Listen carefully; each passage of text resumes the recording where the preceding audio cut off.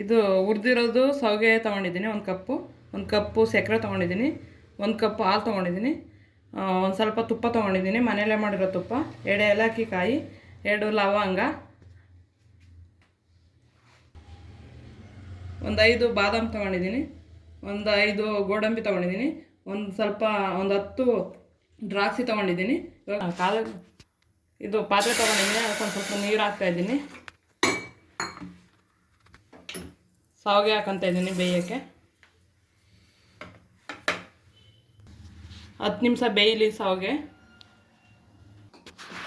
ಶಾವಿಗೆನ ನೀರಲ್ಲಿ ಚೆನ್ನಾಗಿ ಬೇಯಿಸ್ಕೋಬೇಕು. ಬೇಯಿಸ್ಕೊಂಡ್ಮೇಲೆ ಹಾಲು ಸಕ್ಕರೆ ಹಾಕೋಬೇಕು.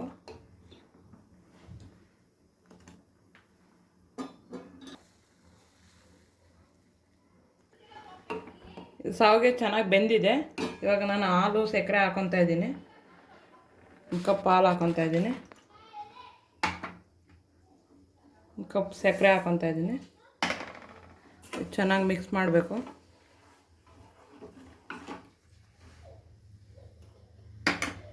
ಅದಕ್ಕೆ ಇನ್ನೊಂದು ಕಪ್ ನೀರು ಹಾಕ್ಕೊತಾ ಇದ್ದೀನಿ. ಆವಾಗ 1 ಕಪ್ ಹಾಕ್ಕೊಂಡಿದ್ದೆ, ಇವಾಗ 1 ಕಪ್ ಹಾಕ್ಕೊತಾ ಇದ್ದೀನಿ. ಇದು ಸಕ್ಕರೆ ಎಲ್ಲ ಚೆನ್ನಾಗಿ ಕರಗಿ ಬೇಯಬೇಕು. ಒಂದು 5 ನಿಮಿಷ ಬೇಯಲಿ. ಪ್ಲೇಟ್ ಮುಚ್ಚಿಡ್ತಾ ಇದ್ದೀನಿ. ಸ್ವಲ್ಪ ಒಂದು ಚಮಚ ತುಪ್ಪ ಹಾಕ್ಕೊತಾ ಇದ್ದೀನಿ.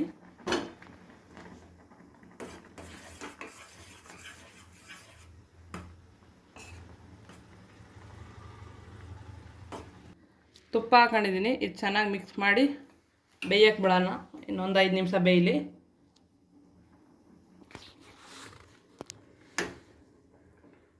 ಪಾತ್ರೆ ಇಟ್ಕೊಂಡು ಒಗ್ಗರಣೆದು ತುಪ್ಪ ಹಾಕ್ಕೊಂಡಿದ್ದೀನಿ.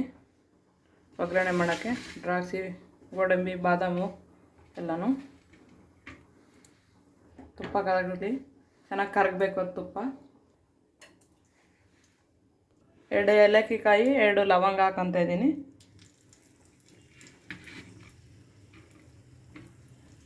ದ್ರಾಕ್ಷಿ ಹಾಕ್ಕೊತಾ ಇದ್ದೀನಿ. ಇದು ಗೋಡಂಬಿ, ಬಾದಾಮ್ ಹಾಕ್ಕೊತಾ ಇದ್ದೀನಿ. ಚೆನ್ನಾಗಿ ಫ್ರೈ ಮಾಡ್ಕೋಬೇಕು.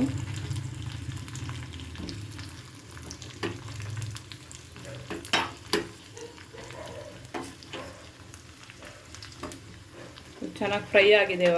ಇವಾಗ ಪಾಯಸಕ್ಕೆ ಹಾಕ್ಕೊತೀನಿ. ಇದು ಫ್ರೈ ಮಾಡ್ಕೊಂಡಿರೋದು ಪಾಯಸಕ್ಕೆ ಹಾಕ್ಕೊತಾ ಇದ್ದೀನಿ.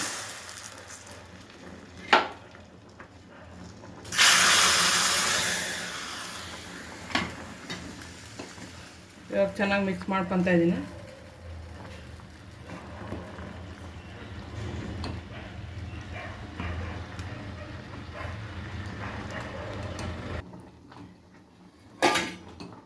ಇವಾಗ ಪಾಯಸ ರೆಡಿ ಆಯಿತು. ಒಂದು ಬೌಲ್ ಶಾವಿಗೆ ಪಾಯಸ ರೆಡಿ ಆಯಿತು. ಒಂದು ಬೌಲ್ಗೆ ಹಾಕ್ಕೊತೀನಿ. ಇವಾಗ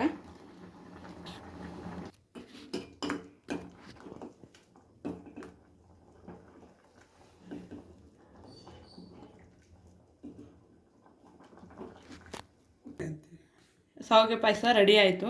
ನಿಮಗೆ ಈ ವಿಡಿಯೋ ಇಷ್ಟ ಆದರೆ ಲೈಕ್ ಮಾಡಿ, ಶೇರ್ ಮಾಡಿ, ಸಬ್ಸ್ಕ್ರೈಬ್ ಮಾಡಿ.